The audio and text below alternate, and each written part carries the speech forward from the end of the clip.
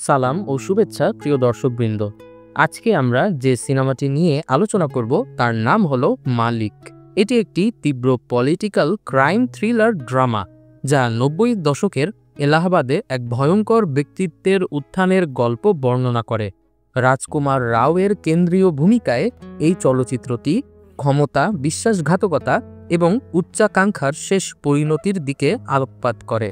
এই বিস্তারিত ব্যাখ্যায় আমরা মালিক মুভির গল্প, চরিত্র এবং এর ঘটনাবহুল সমাপ্তির বিষয়ে আলোচনা করব।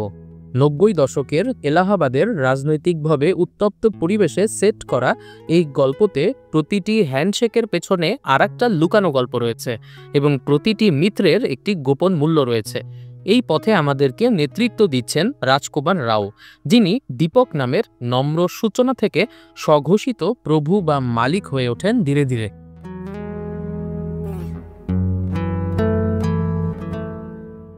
সিনেমার শুরুতে আমরা দেখতে পাই বিশাল এক পুলিশ ফোর্সের সঙ্গে এক অজানা আততায়ীর গুলি বিনিময় চলছে। এই পুলিশ টিমকে নেতৃত্ব দিচ্ছিল এসপি প্রভু দাস, যেই চরিত্রে অভিনয় করেছেন প্রসেনজিৎ। আর তারা ঘিরে ফেলেছিল সেই দীপককে, যিনি অপরাধ সাম্রাজ্যে মালিক নামে পরিচিত ছিলেন।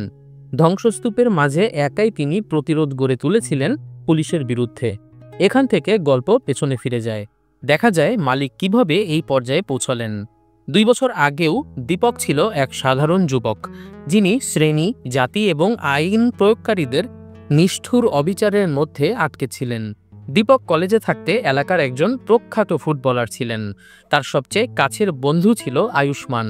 সে সময় এলাহাবাদের একজন শক্তিশালী নেতা ছিল শঙ্কর। এক ফুটবল টুর্নামেন্ট শেষে শঙ্কর তার কলেজে একটি অনুষ্ঠানে আসেন এবং দীপক মুগ্ধ হয়ে তার কথা শোনে। তিনি শঙ্করকে নিজের আইডল হিসেবে দেখতেন। দীপকের বাবা নিচু জাতের একজন কৃষক ছিলেন। তিনি যেই জমিদারদের জমিতে চাষ করতেন তাদেরকে মালিক বলে ডাকতেন। এই বিষয়টি দীপকের ভালো লাগতো না এবং দীপক তার বাবার জমিদারদেরকে তেমন একটা শ্রদ্ধাও করত না, বরং তাদেরকে দেখলেই দু এক কথা শুনিয়ে দিত। এই বিষয়টি নিয়ে জমিদাররা একসময় দীপকের বাবার উপর ক্ষেপে ওঠে। তারা তাদের ফসলি জমি অন্যত্র বিক্রি করে দেয় এবং সেই জমি খালি করার দায়িত্ব পড়ে ল্যাংরা নামের স্থানীয় এক গুন্ডার হাতে। দীপকের বাবা ১ সপ্তাহ সময় চাচ্ছিলেন, কারণ সেই জমিতে তার ফসল লাগানো ছিল। সেটি না তুলতে পারলে বছরের সব পরিশ্রম বৃথা হয়ে যাবে।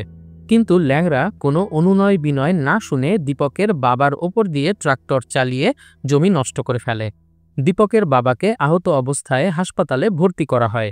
দীপক তখন বিচার নিয়ে শঙ্করের সাথে মুখোমুখি হন। শঙ্কর অবশ্য দীপকের অক্ষমতাকে উপহাস করে এবং বলে দীপকের বাবার উপর হওয়া হামলার প্রতিশোধ দীপককেই নিতে হবে। এই অপমান দীপকের মনে গভীরভাবে আঘাত করে। তিনি ল্যাংরা নামের ব্যক্তিকে হত্যা করার শপথ নেন। নেতা শঙ্কর সিং অবশ্য তার কথায় অটল থাকেন এবং ইঙ্গিত দেন যে দীপক যদি এটি করে তাহলে তিনি মুগ্ধ হবেন। এরপর দীপক তার বন্ধুদের নিয়ে প্রতিশোধের মিশনে নামে। দীপক ল্যাংরার পেছনে ধাওয়া করে। একটি মেলায় সে ল্যাংরার লোকদেরকে মারধর করে, একজনকে ফুটন্ত কড়াইয়ে ঠেলে দেয়। দীপক সেই সন্ত্রাসীকে কাদামাটির মাঠে তাড়া করে ভীত জনতার সামনে একটা বেলচা দিয়ে উন্মত্তভাবে হত্যা করে। রক্তে মাখা এবং ক্রোধে উন্মত্ত দীপক তখন থেকে নিজেকে মালিক বলে ঘোষণা করে এবং সবাইকে বলে, আমি হয়তো মালিক হয়ে জন্ম নেইনি, কিন্তু এখন থেকে আমি এই এলাকার মালিক হব। এভাবেই জন্ম হয় দীপক থেকে মালিক নামের এক শীর্ষ সন্ত্রাসীর। তখনও তিনি মোস্ট ওয়ান্টেড ক্রিমিনাল হয়ে ওঠেননি। রাজনৈতিক নেতাদের ছত্রছায়ায় দীপক চোরাকারবারি করে জীবন চালাত, আর অপরাধ জগতে ছদ্মনাম হিসাবে সে বেছে নিয়েছিল মালিক নামটি। হঠাৎ একদিন একটি পুলিশ চেক পয়েন্টে তার ট্রাক আটকানো হয়। পরে মালিকের লোকেরা সেই পুলিশ অফিসারকে উঠিয়ে নিয়ে আসে দীপকের কাছে। দীপক জানতে পারে পুলিশ আসলে তার রাজনৈতিক প্রতিপক্ষের কাছ থেকে টাকা খেয়ে তার ট্রাক আটকেছে। মালিক সেই পুলিশ অফিসারকে দিয়ে নিজের থুতু চাটায় এবং অভিনয়মূলক নিষ্ঠুরতা প্রদর্শন করে তাকে নির্মমভাবে হত্যা করে। সকলের কাছে তখন স্পষ্ট বার্তা পৌঁছে যায়, মালিক শুধু একজন মানুষ নন, তিনি একটি শক্তি এবং তার কথাই সেখানে আইন। এবার আমরা মলহার সিংকে দেখতে পাই। তিনি একজন বিধায়ক, একজন চতুর এবং স্বার্থপর রাজনীতিবিদ, যিনি মালিকের ক্রমবর্ধমান প্রভাবে বিরক্ত হয়ে উঠেছিলেন। তিনি তার ডানহাত চন্দ্রশেখরের সাথে পরামর্শ করেন এবং মালিককে দমানোর জন্য এসপি প্রভু দাসকে নিয়ে আসেন। প্রভু দাসকে লাইসেন্সওয়ালা গুন্ডাও বলা হয়, অর্থাৎ তিনি ইউনিফর্মে একজন হিংস্র দাঙ্গাবাজের মতো আচরণ করেন। তার মিশন হলো মালিকের উত্থান রোধ করা যে কোনো উপায়ে। বাঙালি পুলিশ অফিসার প্রভু দাস ইতিমধ্যে ৯৮টা এনকাউন্টার করে ফেলেছেন। প্রভু দাস দায়িত্ব পেয়ে শুরুতেই মালিকের গ্রামের বাড়িতে হানা দেয়। সেখানে তার মা বাবা এবং স্ত্রী শালিনী থাকেন। তার বাবা দাবি করেন মালিক ২ বছর ধরে বাড়িতে আসেননি, কিন্তু প্রভু দাস তবুও তাদের উপর মানসিক অত্যাচার করে, কিছু জিনিসপত্র ভাঙে এবং হুমকি দিয়ে চলে যায়। মালিক যখন আসে শালিনী তাকে সবকিছু জানায় এবং মালিক ক্ষুব্ধ হয়ে ওঠে। যদিও মালিকের বাবা ও তার পরিবারের অন্য সদস্যরা তার অপরাধমূলক কাজে ক্লান্ত হয়ে পড়েছে এবং মালিককে আত্মসমর্পণের পরামর্শ দেয়। মালিক এসপি প্রভু দাসের ওপর প্রতিশোধ নেয়ার চিন্তা করে। তার বন্ধু আংশুমানকে দিয়ে সে প্রভু দাসের নাতিকে স্কুল থেকে বের হওয়ার সময় অপহরণ করায়। প্রভু দাস এই সংবাদ পেয়ে স্বাভাবিকভাবেই প্রচণ্ড রেগে যান, কিন্তু তিনি কিছু করার আগেই মালিক তার লোকজন নিয়ে প্রভু দাসের বাড়িতে হানা দেয়। তিনি ছেলেটিকে নিরাপদে ফিরিয়ে দেন এবং অফিসারকে হুমকি দেন তার পরিবারের উপর আবার হামলা হলে প্রভু দাসের নাতিকে আর ফেরত পাওয়া যাবে না। এই ঘটনার পর প্রভু দাস ভয়ঙ্কর ক্ষিপ্ত হয়ে ওঠে। যেহেতু মালিক একটা বড় হুমকি হয়ে উঠেছে, বিধায়ক মলহার তখন এলাহাবাদের সবচেয়ে প্রভাবশালী নেতা শঙ্করকে ডেকে আনে। আমরা আগেই দেখেছি শঙ্করের ছত্রছায়ায় এই মালিকের উত্থান হয়েছিল, কিন্তু মালিক এখন এত শক্তিশালী হয়ে পড়েছে যে সে শঙ্করের প্রতি সম্মান দেখালেও তাকে আর ভয় পায় না। শঙ্কর তাকে এরকম বেপরোয়া হতে নিষেধ করলে মালিক মানে না, বরঞ্চ তিনি বলেন মালিক এবার নির্বাচনে লড়তে চায়, কারণ সে গ্যাংস্টার থেকে একজন বৈধ ব্যক্তিত্বে পরিণত হতে চায়। নির্বাচনে লড়াই করতে গেলে মালিকের প্রয়োজন হবে অনেক টাকা। এরপর থেকে মালিক তার সহযোগীদের দিয়ে বিভিন্ন সরকারি কাজের টেন্ডার পাওয়ার চেষ্টা শুরু করে। স্বভাবতই বিধায়ক মলহার ব্যাপারটাকে ভালো চোখে দেখে না।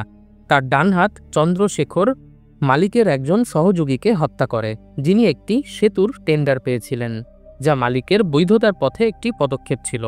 মালিক অবশ্য এই ঘটনার জবাব দেয়।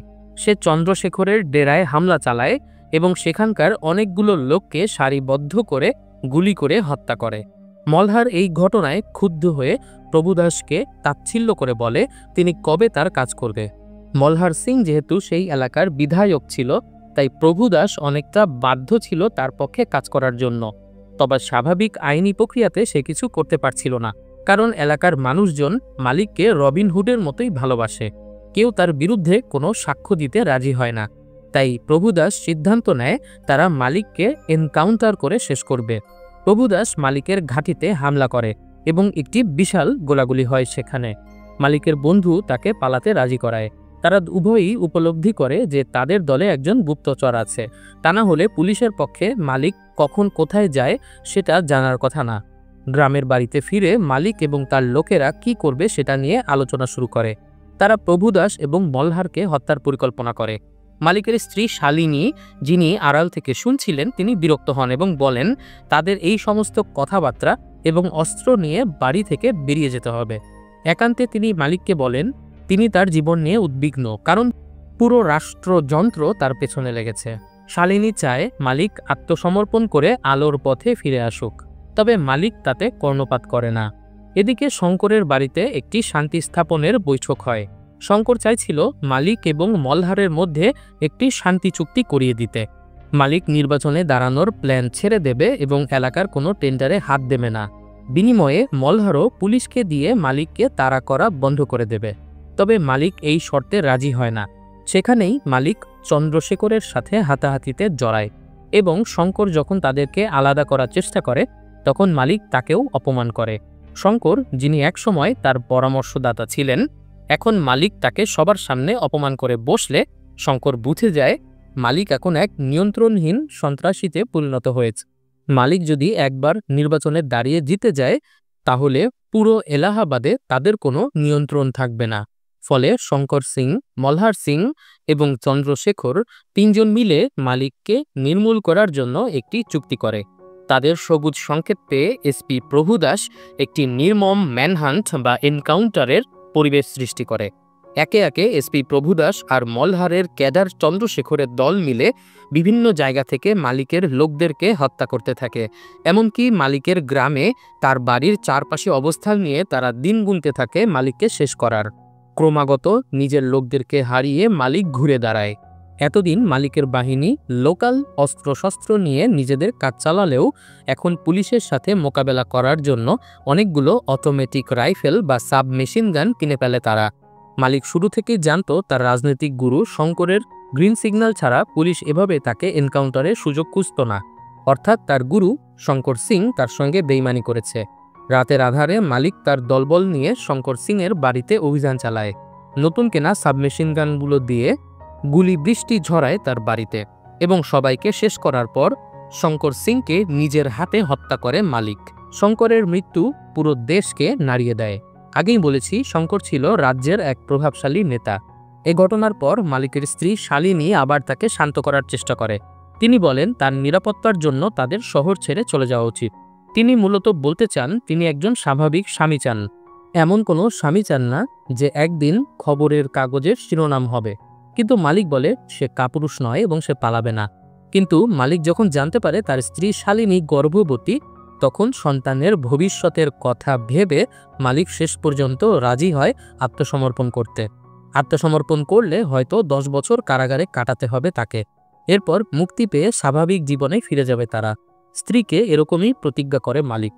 কিন্তু সত্যি বলতে মালিকের জন্য piece was never an option, অর্থাৎ মালিকের শান্তিতে বেঁচে থাকার কোনো অপশনই খোলা ছিল না। আত্মসমর্পণের দিনে মালিক দলবল নিয়ে কোর্টে পৌঁছে যায়।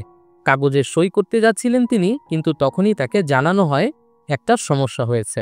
আমরা জানতে পারি মালিককে বিদায় দিয়ে ফেরত যাওয়ার পথে শালিনীর গাড়ি আক্রান্ত হয়েছে। মুখোশধারী বন্দুকধারীরা গুলি বর্ষণ করে শালিনীকে হত্যা করেছে। এরপর তার গাড়ি বিস্ফোরিত করে উড়িয়ে দিয়েছে। মালিক নিজের প্রিয়তমা স্ত্রীর এই পরিণতি দেখে উন্মাদ হয়ে যায়। তার শোক প্রস্ফুটিত হয় আগ্নেয়গিরির মতো। মালিক সেই মুখোশধারী লোকদেরকে খুঁজে বের করে এবং তাদেরকে দড়ি দিয়ে ঝুলিয়ে হত্যা করে। মালিক একাই 4 জনকে তার কাঁধ ব্যবহার করে উপরে তুলে ধরে। এই দৃশ্যটা নৃশংসতাকে নতুনভাবে সংজ্ঞায়িত করে। তারা শ্বাস নিতে সংগ্রাম করার সময় যন্ত্রণায় ছটফট করতে থাকে এবং একে একে 4 জনের ঘাড় ভেঙে তারা মারা যায়। মালিকের বন্ধু আয়ুষ্মান তাকে জানায় এটি চন্দ্রশেখরের লোকদের কাজ। মালিক চন্দ্রশেখরকে ধরার মিশনে নামে। এই খবর পেয়ে মলহার চন্দ্রশেখরকে বাঁচানোর জন্য প্রভু দাসের মাধ্যমে তাকে গ্রেফতার করে জেলে বন্দি রাখে। তার ধারণাকে ভুল প্রমাণ করে মালিক সেই জেলখানাতে আক্রমণ চালায়। একে একে চন্দ্রশেখরের ক্যাডারদেরকে ধ্বংস করে এবং শেষ পর্যন্ত তাকে খুঁজে পায়। তারা কয়েদিদের খাবার ঘরে নির্মম হাতাহাতির লড়াইতে জড়িয়ে পড়ে। কখনো কখনো মনে হচ্ছিল চন্দ্রশেখরই মালিককে পরাজিত করবে, কিন্তু প্রতিশোধের আগুনে জ্বলতে থাকা মালিক একসময় চন্দ্রশেখরকে বাগে পেয়ে যায় এবং বন্দুক দিয়ে চন্দ্রশেখরের ছেলের সামনে হত্যা করে সে। মলহার সিং বুঝতে পারে এর পরের টার্গেট হবে সেই। তিনি মালিকের কাছে ক্ষমা চাইতে যান এবং পুরো ঘটনার জন্য চন্দ্রশেখরকে দায়ী করে। মলহার নিজেকে নির্দোষ দাবি করে বলে তিনি নির্দোষ না হলে সিংহের গুহায় প্রবেশ করতেন না ক্ষমা চাইতে। তবে আমরা দেখতে পাই প্রভু দাসের নেতৃত্বে পুলিশের একটি বাহিনী মলহারের পিছু নিয়ে মালিকদের উপর হামলা করে। মলহার যদিও বলেছিল পুলিশ কেন এসেছে সে জানে না, কিন্তু আয়ুষ্মান পুলিশ নিয়ে আসার দায় চাপিয়ে মলহারকে সেখানেই হত্যা করে। সেখানে পুলিশ বাহিনীর সঙ্গে মালিকদের একটি রক্তাক্ত সংঘর্ষ শুরু হয়। মালিকের অনেক অনুগত লোক মারা যায়। এসপি প্রভু দাস এবার পুরো ব্যাটালিয়ন পুলিশ নিয়ে এসেছিলেন মালিকের পুরো দলকে ধ্বংস করার জন্য। মালিক যখন পুনরায় সংগঠিত হওয়ার চেষ্টা করে তখন প্রভু দাসের বাহিনী তাকে কোণঠাসা করে ফেলে। মালিকেরা পুলিশি হামলা হলে গ্রামবাসীর সঙ্গে মিশে যেত, কিন্তু প্রভু দাস এবার বুদ্ধি করে পুরো গ্রামবাসীকে আগেই আটকে রেখেছিল এক জায়গায়। ফলে ফাঁকা গ্রামে এক্সপোজড হয়ে পড়ে মালিক। তিনি 2 জন লোক এবং তার বিশ্বস্ত বন্ধুর সাথে একটি পরিত্যক্ত ভবনে আশ্রয় নেয়, আর সেখানে উপলব্ধি করে যে তার বন্ধু আয়ুষ্মানই আসল বিশ্বাসঘাতক। আয়ুষ্মান আহত মালিকের চোখের সামনেই তার দলের অন্য লোকদেরকে হত্যা করে ফেলে। মালিক বুঝতে পারে তার ধ্বংসের মূল কারণ তার বন্ধু, সেই সবকিছু সাজিয়েছিল। বিধায়ক শঙ্কর সিং, চন্দ্রশেখর, এমনকি শালিনীর হত্যাও। তার উদ্দেশ্য ছিল ক্ষোভ। তিনি মালিকের ছায়ায় তার সাবঅর্ডিনেট হিসাবে কাজ করেছেন বছরের পর বছর। অথচ মালিক যখন জানল শালিনী মা হতে চলেছে তখন সে সিদ্ধান্ত নিল দল বেঁধে আত্মসমর্পণ করার। অথচ মালিক চাইলেই একা সরে যেতে পারত, সেক্ষেত্রে দলের নতুন মালিক হয়ে যেত আয়ুষ্মান। তাই মালিক তথা নিজের বন্ধু দীপককে শায়েস্তা করার জন্য আয়ুষ্মান নিজেই চন্দ্রশেখরের লোকদের দিয়ে শালিনীকে হত্যা করায়। চন্দ্রশেখর অবশ্য জানত ওই গাড়িতে মালিক নিজেই আছে। শালিনী মারা যাবার পর আয়ুষ্মান এসপি প্রভুদাসের সঙ্গে যোগ দেয়। বিধায়ক মলহার সিং আজকে আসলেও সন্ধি করতে এসেছিল, কিন্তু আয়ুষ্মান নিজেই প্রভুদাসকে তাদের এই গোপন আস্থানার কথা বলে দিয়েছিল। সেই বদ্ধ ঘরে দুজনের লড়াই শুরু হয়, তবে আয়ুষ্মান মালিকের সঙ্গে পেরে ওঠে না। মালিক তাকে শ্বাসরোধ করে ধরে, তবে শেষ পর্যন্ত কি মনে করে আয়ুষ্মানকে সে ছেড়ে দেয়। তবে আয়ুষ্মান সেই সুযোগটা লুফে নেয়। সে বন্দুক দিয়ে মালিককে 2 বার গুলি করে। এরপর আহত অবস্থায় সে বের হয়ে আসে আর প্রভুদাসকে বলে মালিক প্রায় মৃত। ততক্ষণে সন্ধ্যা ঘনিয়ে এসেছে। মালিক মারা গেছে কিনা চেক করার জন্য কয়েকজন পুলিশ সদস্যকে পাঠান এসপি প্রভুদাস। তবে আমরা দেখতে পাই গুলি খেয়েও মালিক মরেনি। আহত অবস্থায় সে আগত পুলিশের ওপর গুলি চালায়, যা ছবির শুরুর দৃশ্যে আমাদেরকে নিয়ে যায়। প্রভুদাস মালিকের এই অদম্য মানসিকতা দেখে বিভ্রান্ত হয়ে পড়ে। সে পুরো বাড়ি জ্বালিয়ে দেওয়ার আদেশ দেয়। বাড়ির শেষ অংশ জ্বলে ছাই হতে দেখে মালিকের ভবলীলা সাঙ্গ হয়েছে অনুমান করে প্রভুদাস তার পুলিশ ফোর্স নিয়ে সেখান থেকে চলে যায়। এলাহাবাদে মালিকের রাজত্বকে ধ্বংস করার জন্য প্রভুদাসকে পুরস্কৃত করা হয়। আর আমরা দেখতে পাই মালিকের সেই বিশ্বাসঘাতক বন্ধু আয়ুষ্মান মালিককে ধরিয়ে দিতে সাহায্য করার পুরস্কার স্বরূপ সরকারের রাজনৈতিক আশ্রয় পেয়ে গেছে। সেই সাথে মলহার সিংয়ের ফাঁকা আসনে নির্বাচন করে আয়ুষ্মান রীতিমতো বিধায়ক বনে গেছে। মালিকের যেমনটা স্বপ্ন ছিল, সেই স্বপ্নটা যেন চুরি করে এলাহাবাদে রাজত্ব করতে থাকে আয়ুষ্মান। এসপি প্রভুদাস চাকরি শেষে ফিরে যান তার বাড়ি কলকাতায় তথা পশ্চিমবঙ্গে। শেষ দৃশ্যে পশ্চিমবঙ্গের একটি উৎসবে আমাদের সামনে দুর্দান্ত এক সত্য প্রকাশ পায়। প্রভুদাস নাচছেন, জনতা উচ্ছ্বসিত। তারপর মুখোশ পরা অবস্থায় মালিক পুনরায় আবির্ভূত হয়। প্রভুদাসের দিকে সরাসরি তাকিয়ে কিছুক্ষণ পর আবার ভিড়ের মধ্যে মিলিয়ে যায়। প্রভুদাস স্থির হয়ে যান, তার হাসি মিলিয়ে যায়। মালিক কি তবে বেঁচে আছে? উত্তরটা হলো হ্যাঁ। অথচ এই প্রভুদাস কিন্তু সেদিন নিজে মালিকের মৃত্যুর গল্প সাজিয়েছিলেন। কিন্তু দেখা যাচ্ছে মালিক সেদিনের সেই অগ্নিকুণ্ড থেকে পালাতে পেরেছিল। প্রভুদাসকে দেয়া মালিকের শেষ দৃষ্টিপাতে ছিল একটি প্রতিজ্ঞা, তার স্ত্রী এবং গর্ভের অনাগত সন্তানের হত্যার প্রতিশোধ আর প্রিয় বন্ধুর বেইমানির শাস্তি দেবার প্রতিজ্ঞা। বোঝাই যাচ্ছে এই শেষ সিনটা মালিক সিনেমার সিকুয়ালের গল্প সেট আপ করে দিয়েছে। মালিক কিভাবে তার প্রতিশোধ নিয়ে আবার এলাহাবাদের রাজত্ব নিজের করে নিতে পারে সেটা দেখার জন্য আমাদের অপেক্ষা করতে হবে মালিক পার্ট 2 এর জন্য। আমাদের আজকের সিনেমার এক্সপ্লেনেশন ভিডিও এখানেই শেষ করছি। ভিডিওটি ভালো লাগলে লাইক করুন, কমেন্ট করে উৎসাহিত করুন এবং এরকম আরও ভিডিও দেখতে চাইলে আমাদের চ্যানেলটি সাবস্ক্রাইব করে দিন। আমরা কিন্তু আমাদের ফেসবুক পেজ আর ফর রিভিউতেও আমাদের ভিডিওগুলো আপলোড করা শুরু করেছি। আপনারা চাইলে আর ফর রিভিউ পেজে ফলো দিয়ে আমাদের সাথে কানেক্টেড থাকতে পারেন। সবাই অনেক ভালো থাকবেন, সুস্থ থাকবেন এই কামনায় বিদায়।